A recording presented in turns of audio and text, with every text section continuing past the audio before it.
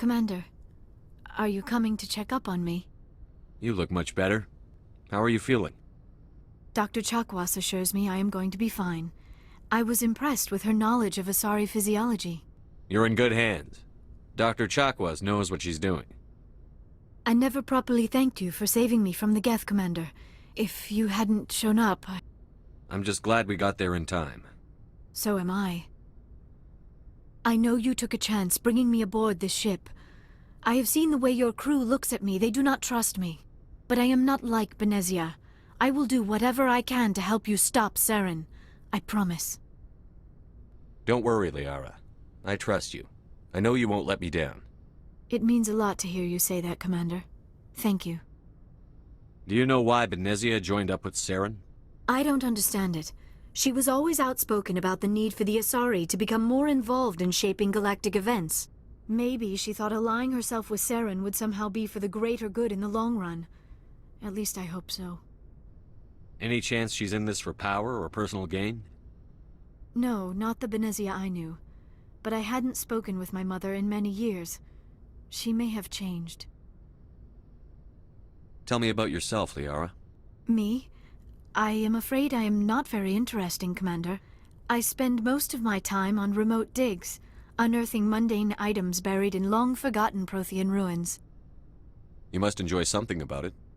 I love my work. Seeking out history's lost secrets has a special appeal for me. You were actually touched by working Prothean technology. That is why I find you so fascinating, Commander. Sounds like you want to dissect me in a lab somewhere. What? No! I did not mean to insinuate. I never meant to offend you, Shepard. I only meant that you would be an interesting specimen for an in-depth study. No, that's even worse. Calm down, Liara. I was only joking. Joking? Oh, by the goddess, how could I be so dense? You must think I am a complete and utter fool. Now you know why I prefer to spend my time in the field with data disks and computers. I always seem to say something embarrassing around other people. Please, just pretend this conversation never happened. I should go. Goodbye, Shepard. I get the feeling you want to ask me something, Commander. Maybe we could pick up where we left off. You were telling me about your interest in the Protheans. Actually, I think I was talking about my interest in you, and making a fool of myself in the process. As I said, I am not used to dealing with people, especially humans. I did not really know much about your species when we first met, Shepard. I found it hard to take humanity seriously. Your kind always seemed so rushed and high-strung. We don't have the luxury of time. An Asari can live for 1,000 years. We're lucky if we hit 150. That is true. At first I thought that was a weakness of your species. After spending time with you and your crew, however, I think it may actually be an advantage. You humans are creatures of action. You pursue your goals with an almost indomitable determination. It is an admirable trait, but also an intimidating one. You're scared of us? Unfortunately, the rest of the galaxy sees humanity as something of a bully. You run over anyone in your path to get what you want. It is up to people like you to change their minds, Shepard. Why me? There is a reason the Council chose you to become a Spectre. They saw something special in you. The best of what humanity has to offer. I looked into your history. I know what you did on Torfin. I cannot even imagine how horrible that must have been, but you did what had to be done. You didn't need to go behind my back. I would have told you whatever you wanted to know. I apologize, Commander. After our last conversation, I was afraid I would say something stupid again. I wanted to know more about you. To understand what made you into the man you are. There is something compelling about you, Shepard. Are you sure you're interested in me? Or is it my visions of the Protheans? I admit, your connection to the Protheans had something to do with my initial interest, but it has grown beyond that. You intrigue me, Shepard, but I was not sure if it was appropriate to act on my feelings. I thought there might already be a relationship between you and Chief Williams. Williams and I are just friends, nothing more. My mistake, then. I am not as adept at understanding human relationships as I thought. But what about us, Shepard? Is there a mutual attraction, or was I wrong about that too? I'm not interested in you in that way, Liara. This is very embarrassing for me, Commander. Please, let's talk about something else. I'd like to know more about the Asari. We were the first species to discover the Citadel. We were instrumental in forming the Council, and we always strive to be the voice of peaceful cooperation in galactic disputes. My people believe we are all part of a single galactic community. Each species contributes something to the greater whole. Although we seek to understand other species, it seems few of them seek to understand us. The galaxy is filled with rumors and misinformation about my people. Like what? Most of the inaccuracies are centered around our mating rituals. My species is monogendered. Male and female have no real meaning for us. We still require a partner to reproduce. This second parent, however, may be of any species and any gender. I don't understand. Your species can mate with anyone? Mating is not quite the proper term, not as you understand it. Physical contact may or may not be involved, but it is not an essential element of the union. The true connection is mental. Our physiology allows us to meld with other beings. We can touch the very depths of their minds. We explore the genetic memory of their species. We share the most basic elements of their individual and racial identities. We then pass these traits on to our daughters.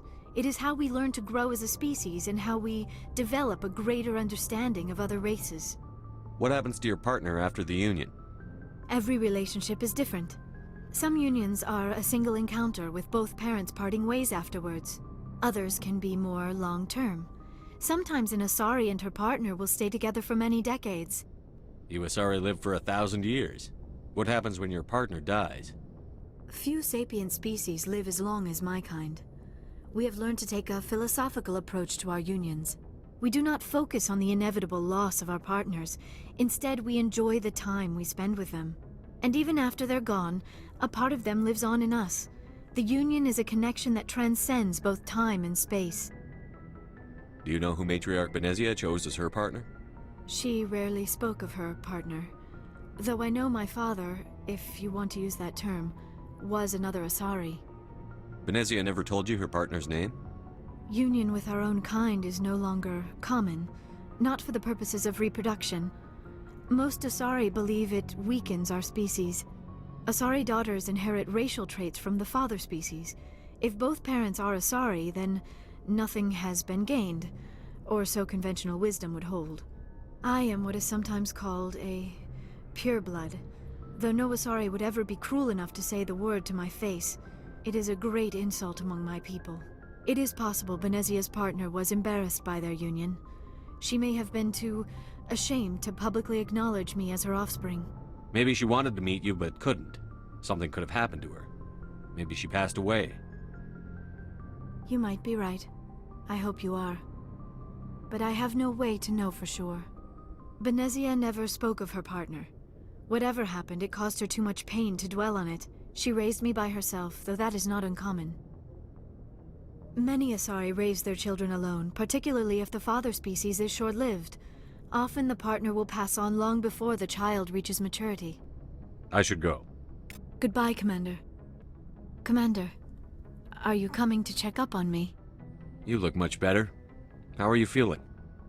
Dr. Chakwas assures me I am going to be fine. I was impressed with her knowledge of Asari physiology. You're in good hands. Dr. Chakwas knows what she's doing. I get the feeling you want to ask me something, Commander. I like talking with you, Liara, no matter what the subject. Then let us talk about you. Are you okay? What do you mean? You need to take care of yourself, Commander. The crew relies on you for leadership. It can be a heavy burden. I can handle the responsibility of command. But if I don't stop Saren, the entire galaxy gets wiped out. I'm sorry, Commander. The last thing you need is someone constantly reminding you of how grim things are. Is there anything else you would rather talk about? I should go. Goodbye, Commander. If you are here to talk about Benezia's death, you need not bother. She brought it upon herself. In the end, maybe she's better off now. Maybe. She was a good person once, before she was twisted by Sovereign's power. Better to remember her as she used to be. The best of your mother lives on in you. Her determination, her intelligence, her strength. That is kind of you to say. I appreciate your concern, but I am fine. Benezia chose her path, just as I have chosen mine. I am with you until the end, Shepard. I should go. Goodbye, Commander. I've been thinking about Saren.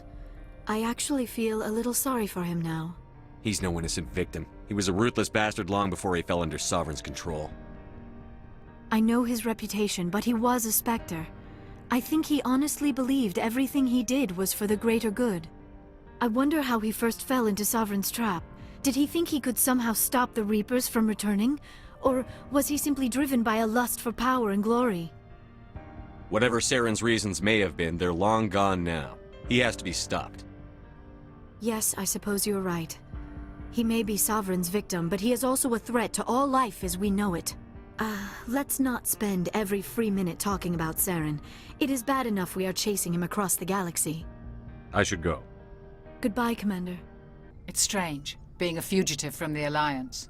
This crew has sacrificed everything for you, Shepard. Don't let us down. This will all be over soon, Shepard. One way or another.